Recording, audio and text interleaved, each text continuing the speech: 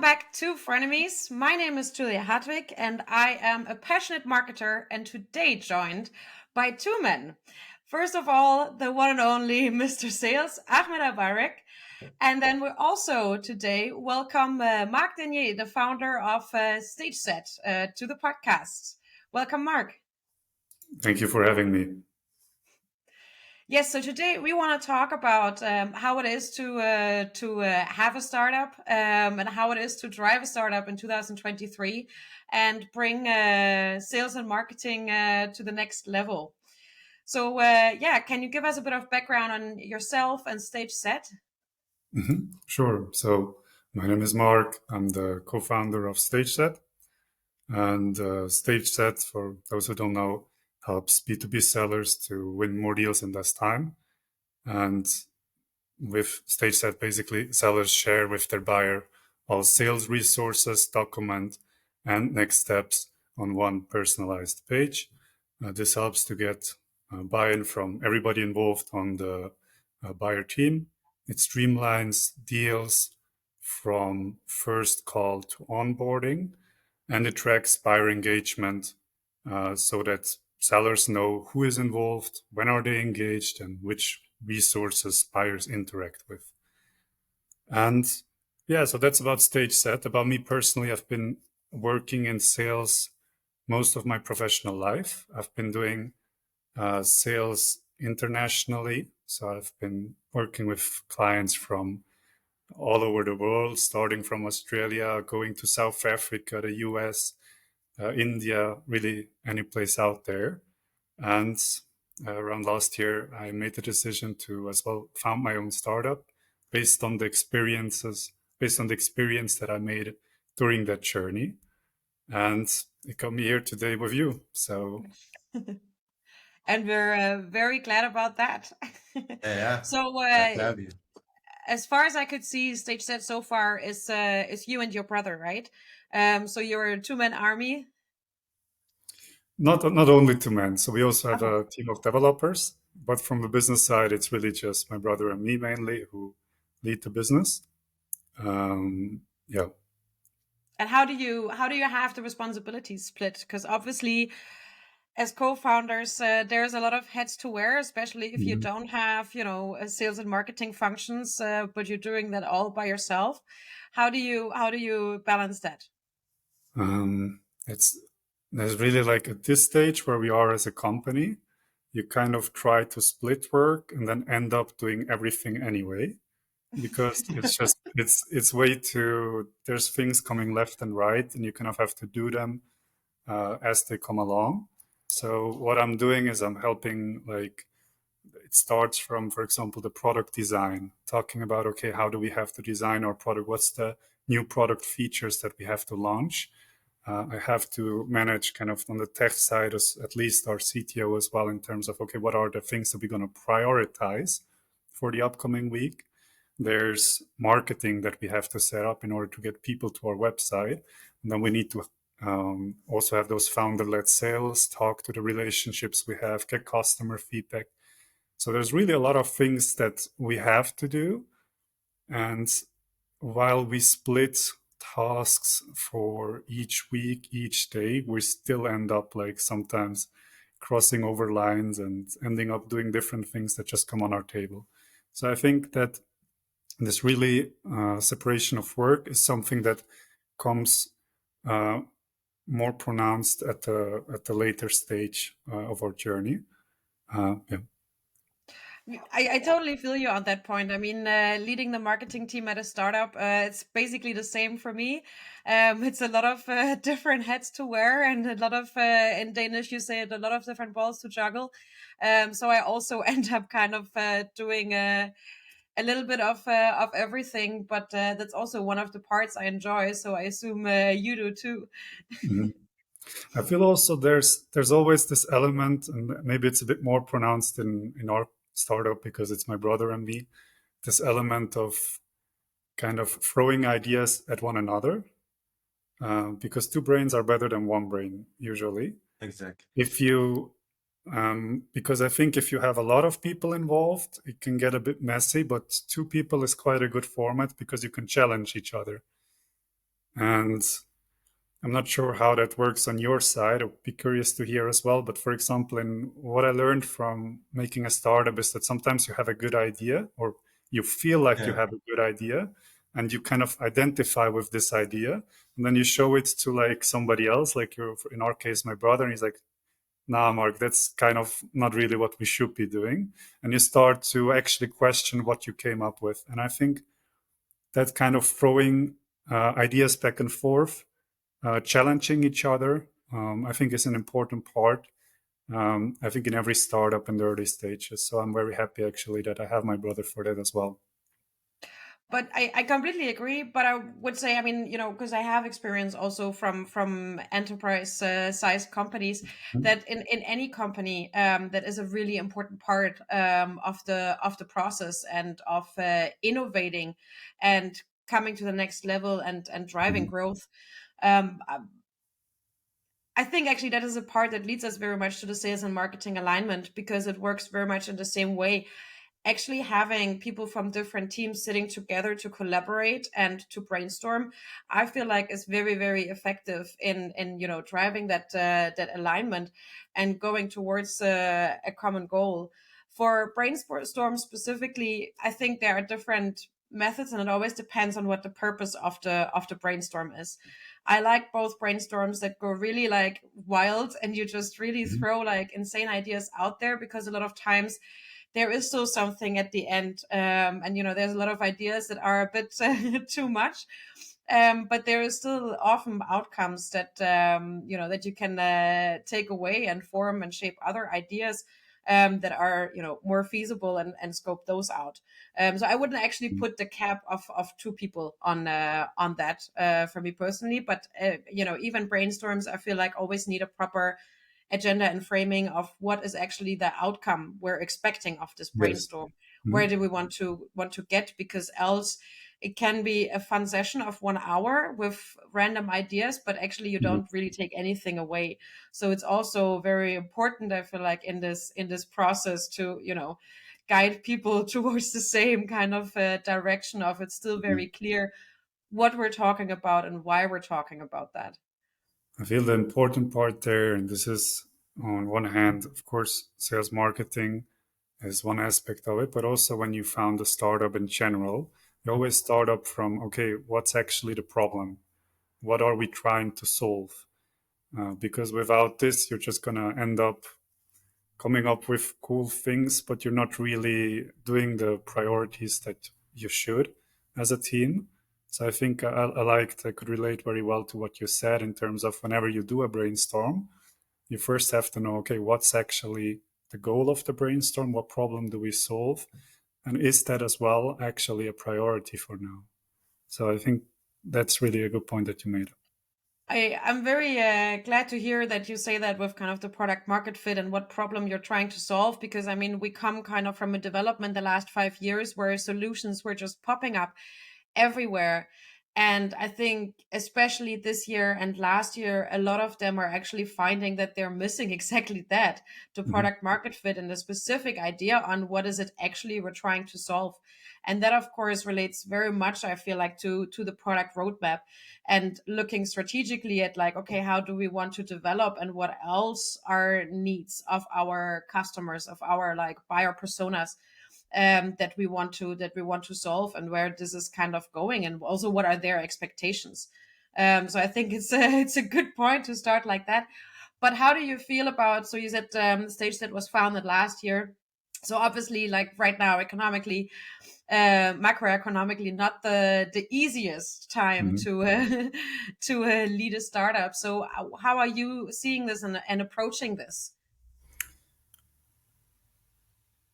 I feel like there's two parts to that answer. So, first one is if you can solve the problem of a customer, if you can bring value to them, then even in a difficult time, they will be ready to buy from you.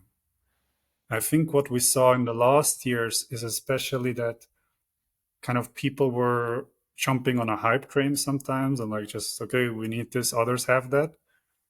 There's as well on the investment side of things. A lot of startups got funding for any kind of idea they came up with. It was True. way easier than it is nowadays. But I still feel like even in the most difficult situation, if you can show a client that what you're offering is bringing them value, then you will also be able to sell to them even in a down phase. So for us, it's really about we never really think or trying to come up with excuses. It's kind of maybe more difficult this year. It's really just about, okay, there's a problem, client has a problem. We have to show them that they have this problem. And if they realize that, if they see the value, if they see that our product brings them not just like a small increase in value, but a big jump, then we can be sure that they're also willing to take money in the hand and actually use our tool or any kind of product on the market as well. That's that's a great approach. Another question I have is, as a marketer, I of course love data and relying on data before I rely on stomach feeling. But of Mhm. course, like you are missing data because you haven't been around for 10 years. At least your company hasn't been around for 10 years. So how do you actually build goals and targets? Mm. What exactly do you mean with goals of targets? I mean, you must have like, as you have in investors, you must have like targets for this year of like how many customers you want to sign, how your funnel is supposed to look like, and things like that. So how do you actually build that out without having a lot of data to rely on to say, okay, this is what our conversion rates look like, and this Mhm. is our ICP, for example. I think this again, it depends a bit on the stage you are in as a startup. So if you are in this first kind of phase where you're still looking for product market fit, any kind of plan is not very reliable because you're not yet at the point where you can actually scale sales in a regular manner. Mm, so once you reach product market fit, at that point, I feel like targets can become more accurate as you can actually have some data and you can kind of see as well on the first talks how impactful your solution is and how people are responding to your outreach. So for us, it's really at the first stage when we were still finding product market fit, it's very difficult to say exactly, hey, it's not like next month we will have product market fit, right? It's like, okay, we feel like we're on the right direction. We feel like we can find it over the next months. But once you found it, and for example, we feel like we've reached that milestone. At that point, you're also starting to talk to different people, have some outreach messages that resonate, that then also convert into using your product. Maybe to give some more context before you have product market fit. So oftentimes what happened with us is that we had a message, we brought that message out, people were like, yes, great, we can get behind that. So we knew we'd go in the right direction, but maybe product wise, development wise, we were not just there yet. So at that point, it's still okay. We know it has potential, but we cannot yet say when we will be at that point exactly. Mm. So yes, I feel like once you have the product market fit, you can set those goals and they will still be vague, of course. And the more data you have, the more accurate they will be. But really, before that, there's no way to just make an accurate prediction as a startup. I feel like that's when we were asked to make like financial projections, like how many will you do in the first year before we have product market fit to kind of submit to some kind of investor pitch or something. I always felt that's kind of I think investors more want to see, do you actually understand how to set up targets? Do you actually know what comes into your product? What factors are at play? But I don't think they really rely on the actual numbers that you provide because they are so based on so little evidence that it's really hard mm, to actually use them. And the same with like retention rate, right? Okay, we don't have any user leaving us for the last 2 months. Does that mean we have a good retention rate or not? Not really. It's not really useful as an information. So I think it really depends at what stage you are. Um, and before that, there's really just no way to make it super accurate.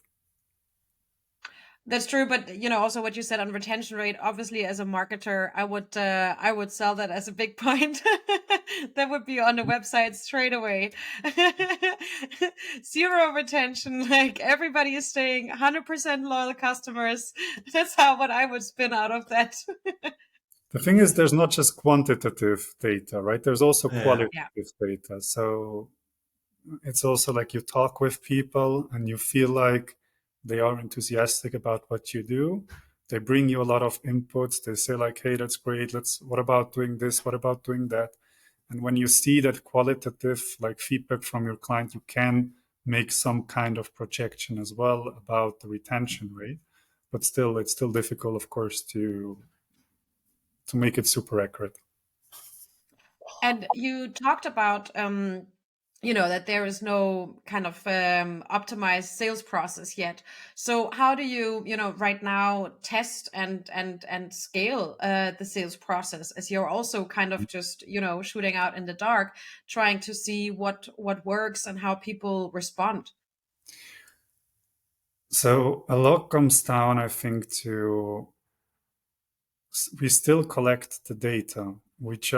We might realize from this data that the current approach is not fully working from time to time, but it's still important to write it down. So for example, whenever we have a sales call, we afterwards write down like a big summary, which industry, which person, what was their feedback, what might be a blocker, like all of those things very systematically, so that we can go back in time and watch like the last 3 months and check, okay, what actually changed, what are actually the certain points that our clients raise up. We do the same thing when we also launch, for example, an outreach campaign. So for those things, it's still all about actually capturing the data, not just go about and like, let's just do things. And at the end of the week, yeah, it was kind of successful or not. So it's still important about documenting every approach we do.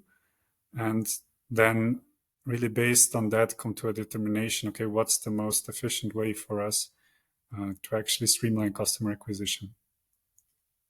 I mean, that is really what is fantastic to talk with someone that is from the German-speaking region as well, because I love tracking and documenting as well.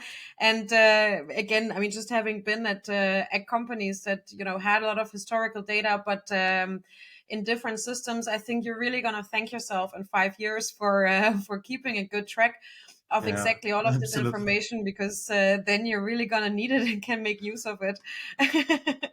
The thing is, as a seller, like in my previous company, which was name was Electronic, which was like a Y Combinator backed RPA startup. And they always ask me after every sales call, you have to write down like all of those feedback. And I was like, come on, like I want to focus on selling. I want to do my calls, do that thing. And now I changed into the founder position. And I'm like, okay, I get it now. Like, I really get it, what you actually meant there. So, yeah, that was also a big learning. I think once you change the shoes from like when you're actually as an account executive working, of course, you also have to make kind of thoughts. Is it for which kind of ICP, like is your product? Where is the feedback there? But you're still less, oftentimes you kind of follow the guide of somebody above, but this kind of getting this information from the salesperson up to kind of the executive team is really where documentation is super important. And this is something that we realize now that we implement as well strictly. Yeah, I can only agree. And I mean, the same as, there's a very good reason why I'm in marketing and not sales. But being in sales once in a while and stepping in these shoes helps a lot at gaining more understanding and perspective. And of course, at the end of the day, also respect for what it means to be an SDR and, Mm-hmm. get to hang up on the phone. But also just in terms of hearing how the messaging, like how people respond to the messaging that you Mm-hmm. create. And how that process actually looks like. So I'm also always a big fan of switching these perspectives, because it really helps a lot. And of course, it's also very interesting for you going from AE to all of a sudden founder, and your priorities are very different. And I expect that will only grow in the next years. Yes, that's the goal. That's what we're working for towards. And I feel like sales marketing alignment is really crucial to being successful as a startup, as a whole organization. I think even if you grow out, if you become a scale up, and so more, it's super important to get the feedback from the people on the front, which are usually the salespeople. So to get it back to the marketer to know as well, okay, what is actually there that resonated well with this specific customer. And obviously it's great that you already have kind of a focus on that, because obviously like CEOs play a key part in that, and in setting teams up for success and allowing for an alignment structure, and for people to collaborate and at parts go kind of beyond what their scope or the scope of their department is about. Mhm. Yes.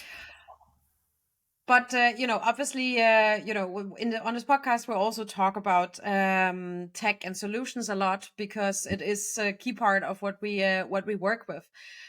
So, how does it look like in your startup right now? Do you have a tech stack? And if so, kind of what solutions are we talking about there? How do you prioritize these? So on the sales side of things, obviously we have a CRM system. We currently use Pipedrive. We have a sales engagement tool where we are using Ample Market in order to drive our outreach campaigns. Of course, we use StageSet ourselves for our prospects as well, so that they It's can. always good to lead by example. Yeah. Yes, and on the sales side of things, those are the main tools we are using. Nice. Okay.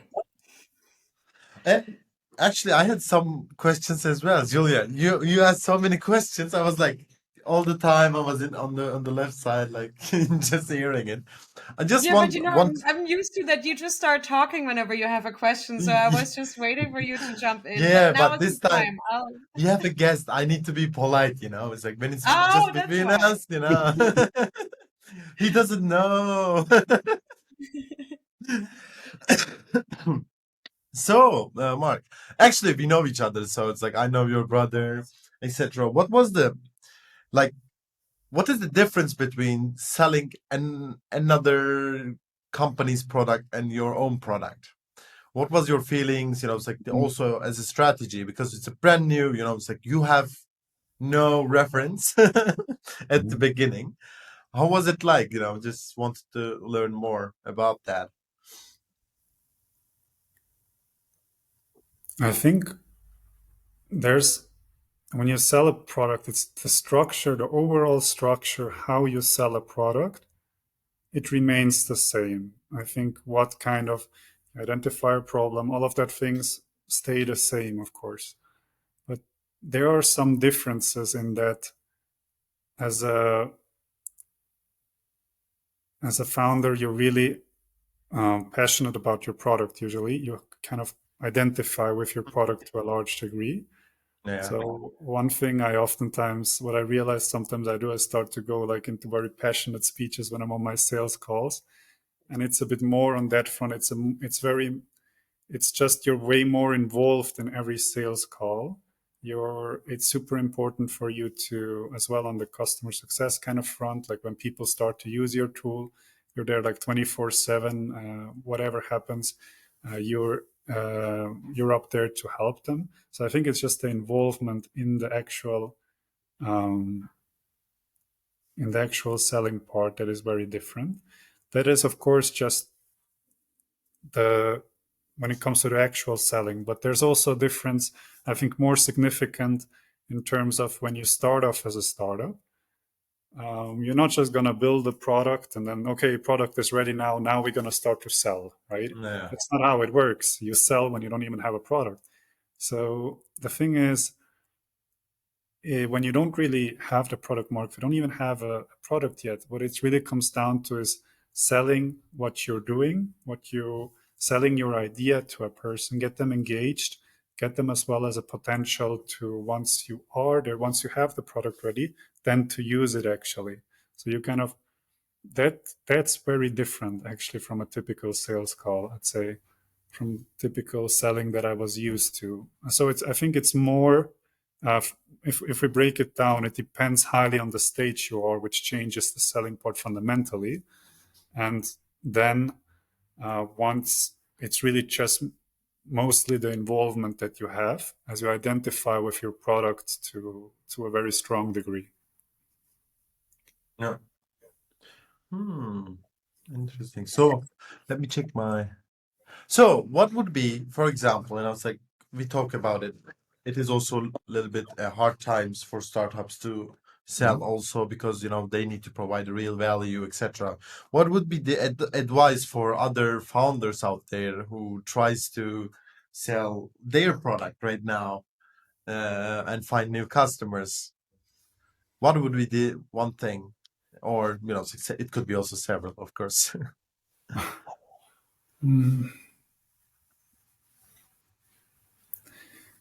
I feel like there's always a lot of parts that come together. So you can have the best value proposition. If your product doesn't work, it doesn't work, right?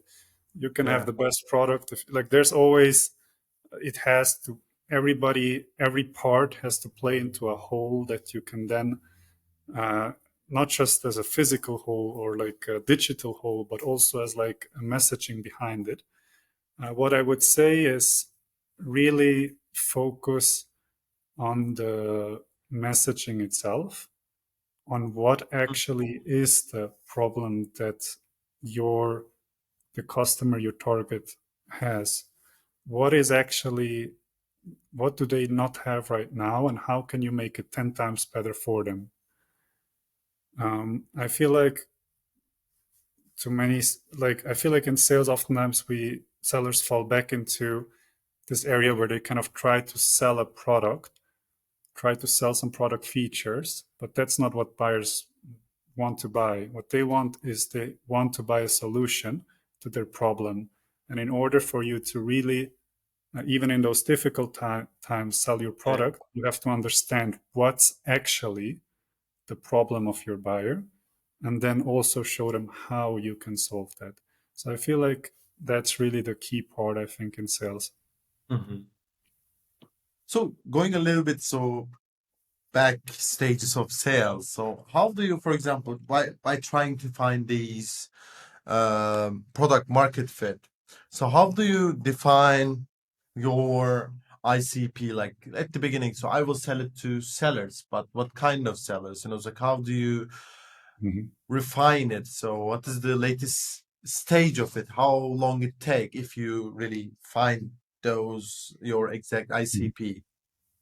So I can talk about StageSet, but let me just first give you an example of the previous company I was. There we had like one target group. We had like, I would say so-so results. One point we refined this ICP, slightly changed the product for that group, and then the sales exploded. So adjusting, finding like this ICP precisely is super important. For us now at StageSet, there's a lot of variables there, right? So are we talking to B2B sellers? Are we talking to sales leaders? Are we talking to a specific industry? Are we talking to multiple industries? Yeah. Do we talk to like sellers with small sales cycles, with long sales cycles? So there's a lot of those different factors that we have to understand, and it really comes back to the fact of thinking about the people and talking to them as well. Super important. Talking to those people that are in this specific niche. So, for example, let's say technology, like industry or medical tools that have a long sales cycle, that are actual B2B sellers. So, like account executives and the like. How much does the problem you want to solve for them hurt them? And for some, it does more so than for others.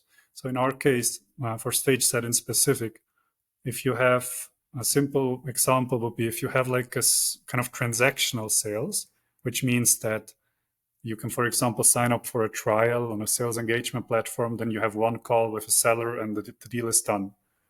For example, the problem we want to solve is for those kind of sellers super small. It's not really, we're not really adding a lot of value to them. On the other hand, sellers that have a long sales cycle, those are much more, actually can much better relate to what we're doing and what we're messaging to them as a solution to their problem. So in that phase, it's really how do we capture that? First off, we have to use our brains and really think about, okay, what are the different categories there? Then also imagine what do we think, kind of make a hypothesis, and then we have to talk to those people. Usually, when you talk to people, you can see if your message resonates, and you can get as well additional information from them. Yeah, exactly. Is it And I also think hard? it's great. You already talked about this earlier, but I think it's great you're also, really invested in talking to your customers.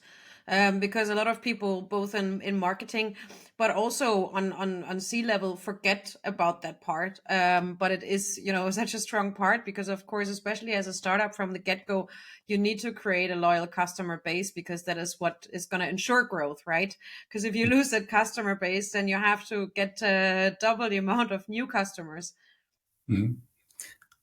Yes, so I think talking to existing customers is one aspect, right? Talking to potential buyers or from a specific like niche that you want to kind of focus more on is another aspect. And I feel there, of course, having more conversation is generally a good thing. Generally, you should strive for that. At the same time, it's also important. This goes back to the very beginning of our conversation. You need to have as well kind of a goal of what you're actually wanting to find out in that conversation. So just going about and having lunch with a couple of people in your ICP, having a conversation might not be enough, right? So you really need to show them actually what you see as a problem, and then get from them actually the feedback. How can they relate to this? Maybe they have different aspects. Maybe they say, hey, that's not a problem for us, right? And I feel like really structuring that conversations with prospects is as well an important part when doing kind of research on ICP, on who do you want to target actually. Yeah. Okay, that's all from my side. Do you have any other questions, Julia Hartwig? Dear No, marketer? I do not. So Well, it was thanks so really much, Marc. enlightening. Thank you for having me. Yeah. It's been a pleasure as always. With Ahmet, I was talking already and following as well your podcast, following as well your LinkedIn page. So thank you very much for the invitation. I'm happy to be here. You're welcome. All right. Thanks so much for joining us and giving us your insights. And obviously, best of luck and all of the growth to StageSet. Yeah. And Ahmed and I will talk again next week. All right. Thank you very much.